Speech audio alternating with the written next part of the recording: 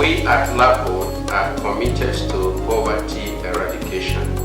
We equally believe that the battle against poverty requires the effort of everyone.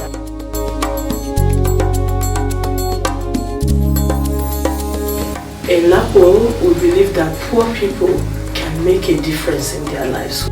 We believe that people are the singular most important asset of any family, any society, any nation.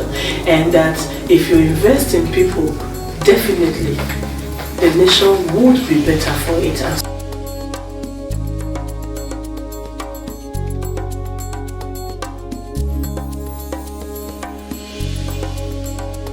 Hello, this is Bridging the Gap.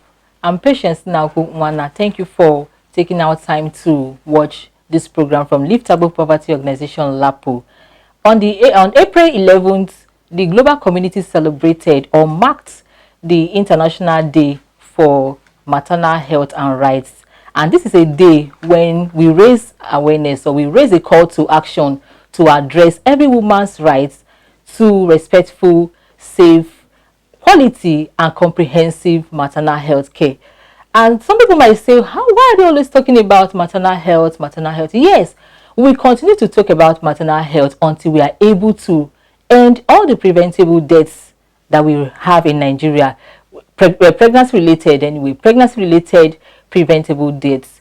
So today on the program, we are going to be talking about the International Day for Maternal Health and Rights, and why we should make a case for quality maternal health care in Nigeria. And to have this discussion with me this morning, I have Dr. Bright Onovokoko. Doctor, you are welcome to the program. Morning, Patience. Dr. Bright is a seasoned and an experienced public health practitioner, and he's also a representative of the Clearline HMO Health Management Organization. So with him, we are going to be talking about this very, very important issue on maternal health. But before we go into our discussion, we'll take the LAPO message. Please stay with us.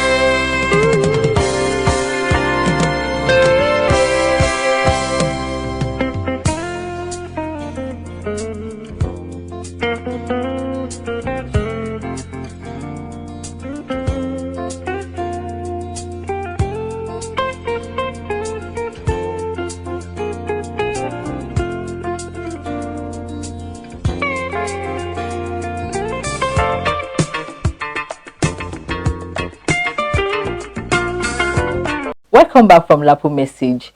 If you need more information about LAPO cancer screening services, please just call the numbers on the screen and you'll be attended to. Dr. Bright, okay, let's go straight to our discussion. What do we mean by maternal health? That's according to World Health Organization. What is maternal health? Okay, well, when we talk about maternal means the woman, okay, and also has to do with like a mother. So it means child is also kind of involved. But first of all, we should know health. Health is a complete state of physical, mental, and social well-being, and not just the absence of diseases. So if we have that at the back of our mind, now talking about maternal health is the health of a woman during pregnancy, childbirth, and after childbirth. But we should know that that is to say the woman should have a complete physical, mental, and social well-being during pregnancy, during childbirth, and even after childbirth. Okay, so what is the function of maternal health care?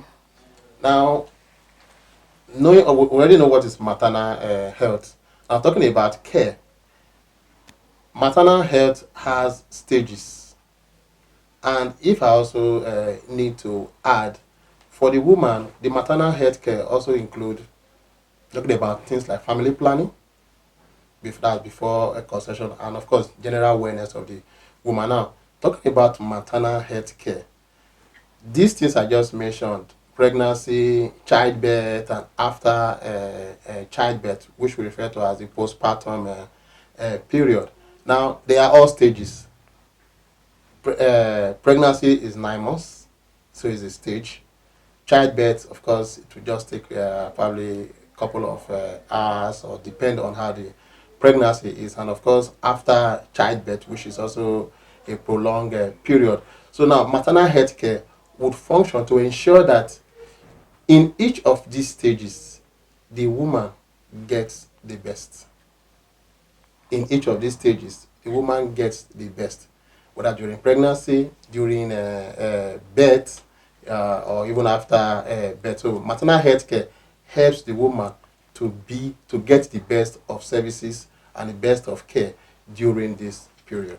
Okay, so what is the situation of maternal health care in Nigeria?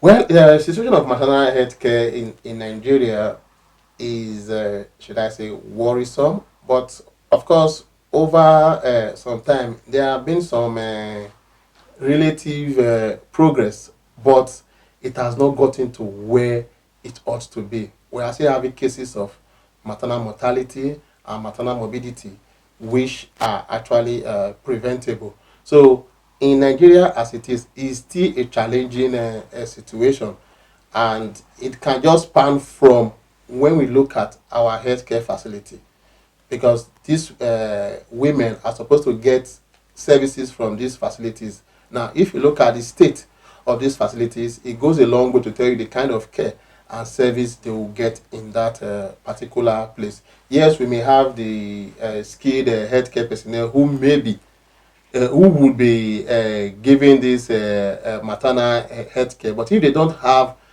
the right facility to complement their effort, it becomes a challenge. We still have locations where we have women there. Of course, they get pregnant, but we don't have facilities that are functional in those places. Some of them are not even accessible. Some of them are so remote. So it still poses a challenge.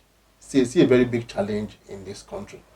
Okay, like the World Health Organization, they said that that women have a right to respectful healthcare, at least maternal healthcare, respectful healthcare. And some women that I have met so far, they have raised this challenge of not knowing what the healthcare providers, what they want to do to them during their pregnancies. That you see a lot of them, a lot of women complain that they just get to the hospitals, the doctors, they are just doing their thing. Nobody's talking to them. Nobody's telling them this and this. This is the situation. This is what we intend to do. You know, giving them the information that they need, communicating with them. And I feel that this communication can ease the burden of the woman. That's when it comes to the unknown. Yes. Now, one of the benefits that could actually come from maternal health care is adequate information. Because the greatest challenge that we are having in our environment is information. You know, majority of the women, they get pregnant, they don't know what pregnancy is all about. Their system are going to change. They are going to be experiencing changes, and of course, it creates room for some kind of anxiety. And in this anxiety level, it is actually not even good for the mental well-being of a particular person. So the woman who is pregnant or woman who is preparing to get pregnant should be adequately informed. She's supposed to know what is happening to her at every point in time. But I'll say something here that unfortunately the circumstance under which majority of our women get pregnant creates anxiety.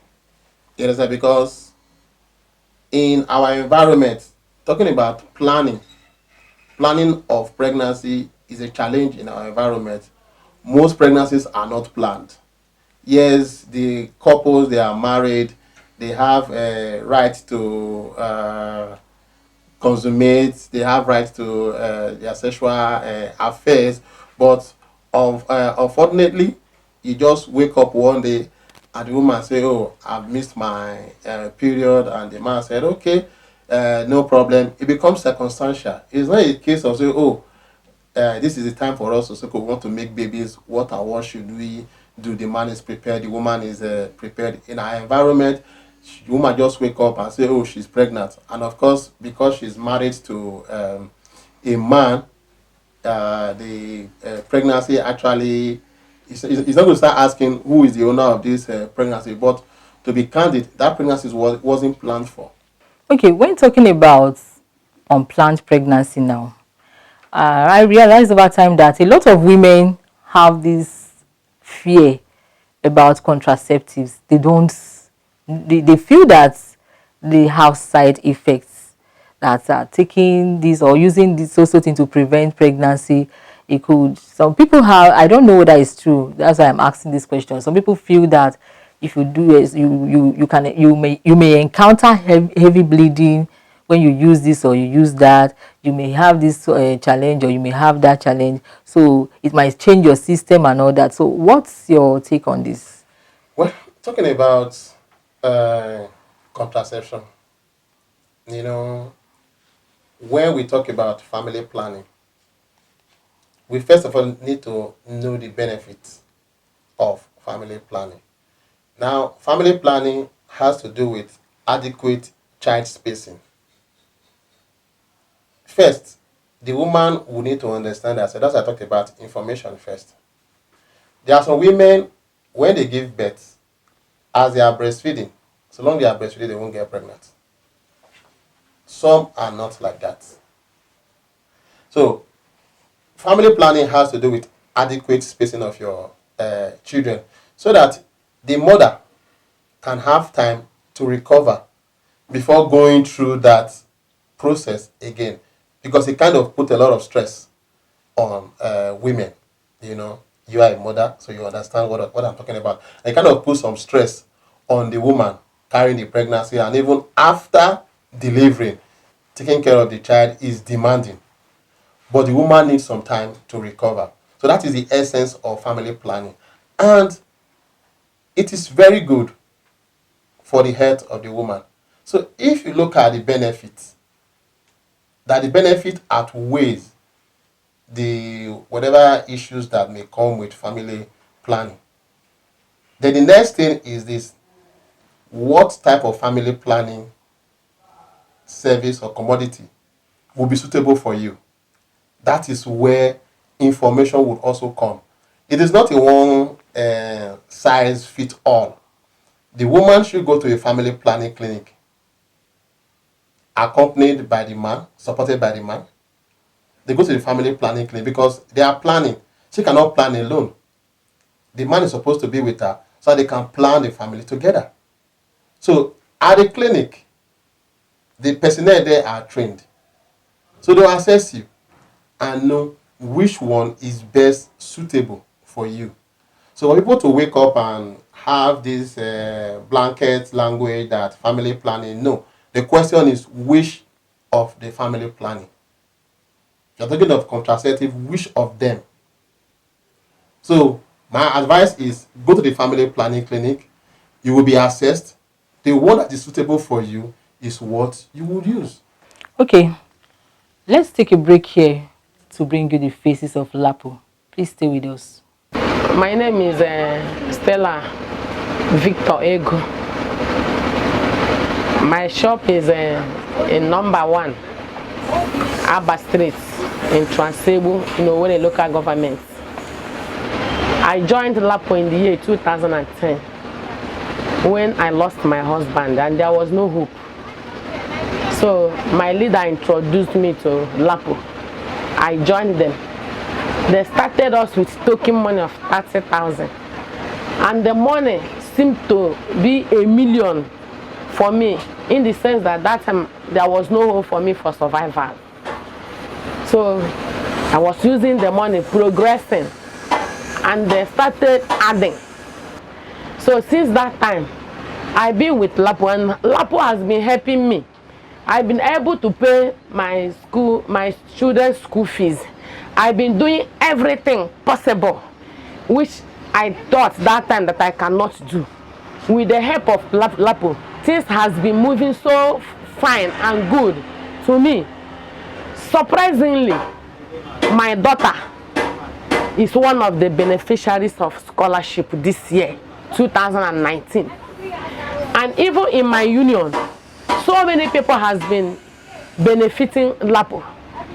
Insurance, even childbirth beneficiaries, they have been obtaining them without any problem. So I love LAPO too much. I will never leave LAPO unless when I am well established to stay on my own. And I have been trying my best to make sure I encourage people to join LAPO. I haven't seen any microfinance bank than LAPO. And that is why I believe what they told us, that LAPO is gidigban. When you are in LAPO, no wave, no storm will carry you. Unless when you are not faithful. Unless when you don't use the money for business. Before you will regret the money. Before you will not pay the money. By the grace of God, I've been collecting the money, repairing it accordingly without any stress. So I am supporting LAPO with everything for me. I will no longer pay school fees for my child. This time, he paid, and he said that my daughter should live in the dormitory, which my daughter has been. I know how stressful it has been on me. He just removed the burden on me. So I am very grateful. I'm saying, may God bless the director and bless also the members and the officials of the LAPO. In Jesus' name, amen. That was Faces of LAPO. If you are interested in doing business with LAPO Microfinance Bank, please just walk into any of the LAPO Microfinance Bank offices, or you can call any of the numbers on the screen and you'll be attended to. This is still Bridging the Gap, and we've been talking about maternal health and rights, that women have a right to life. So women have a right to determine how and when they should get pregnant and how they are going to manage their pregnancies or manage the spacing of their pregnancies. In a situation where probably a woman has maybe female children all through, and she's being stressed or pressured to keep having children, having babies annually or on a yearly basis, is not, in fact, is infringing on the rights of the woman to decide when and how to get pregnant. So, doctor, let's get back to our discussion. Let's look at the factors hindering the achievements of quality care for women before, during, and after pregnancy. Okay, first and foremost, looking at these factors, number one factor is ignorance. Now, they are pregnant. They don't even know when to register for antenatal. It's a challenge. They don't know where to register for antenatal. And they don't even know how to go about it. So, this information are very important to help these women. And of course, we cannot rule out the role of education in it. The educated woman, yes, will be able to comprehend some information that will be given to her, even the one that she will read and some of the things that she will see. But the one that is not educated, what happens to her? She will lack that information. So by the time you put all these factors together, you see them, you may not find all of them in one particular person, But you see that one way or the other, they have a way of hindering. Yes, our government, they are trying, but we still feel that there is need for them to do more. Because these women in question, they want the best for themselves. But because they don't understand, so sometimes you may even need to make a conscious move to reach out to them so that they can see the benefit. Like you have in some communities, you have the health centers in those communities. These women will not go. But you may need to carry one or two persons to say, okay, come to this health center. By the time she gets there and she gets all the benefits, she can go back and inform the others for them to start coming, which to take us back to the issue of ignorance. And of course, it's not an excuse though, but we need to make concerted efforts to reach out to some of these persons. Okay, doctor, let's look at the way forward as we begin to round up. Well, for me, the way forward remains that first and foremost, we need to value the women, and the women also need to value themselves. It's normal for a woman to be pregnant. It's normal for a woman to want to have a child. But it is much more important for the woman to be alive, to nurse the baby, for the woman to be alive even after childbirth. So in doing that, we must be able to strike a balance to ensure that everything goes on well. So I've talked about information. Information is very, very key. So it becomes the responsibility of every one of us, whether the man, the woman, the community leader, the church leader, the mosque leader, other religious leader, anywhere you find yourself, ensure that the right information is passed and they are made available. Like I talked about stages. For every stage, for a woman who is not prepared to have a baby, there's information for her. For the woman that is pregnant, there's information for her. Even the woman that is pregnant, at the early stage of pregnancy, at the mid stage, and at the later stage, there are informations that is meant for all of them. And even after delivery, I'm talking about family planning also, we should encourage our women to go out and get this information. They should go for it. Funny enough, and most importantly, this information, they are not something that you may need to pay so much money for. They are things you can readily get. And for those who go for antenatal, I also want to advise, your facility may start antenatal by 8 o'clock. The first lecture that the nurses, the midwife, and others will be giving, they are very, very important. Don't shy away. When you go out there, ask questions. The question you are asking today can help another person who may not. And your experience can also save the life of another person. The woman is very, very important. We need the women around. We need them strong and healthy to help our population, to help our system. So every hand should be on deck to ensure that the woman gets the best during pregnancy, during birth, and even after delivery. Okay, thank you so much, doctor, for coming on the program. I have a report here that I would like to read to us, and the report says that more than 303,000 women die during pregnancy and childbirth every year. That is about 830 women every day. Approximately 15% of all pregnancies worldwide are affected by life-threatening but preventable complications. Adolescents are at significant risks for maternal complications, with maternal deaths ranking as the leading cause of death for adolescent girls aged 15 to 19. These are just the global statistics that we are giving out here. But as a matter of survival, every woman deserves and every woman needs integrated, evidence-based and cost-effective care before, during and after each pregnancy. That's what we'll end it for today on the program. If you wish to reach us, yes, you can. You can send us your comments and contributions through our social media handles. You can call our numbers on the screen, or you can visit any of our offices or even our corporate head office at number 18 Dunsin Road, Benin City. Till we come your way again. Bye.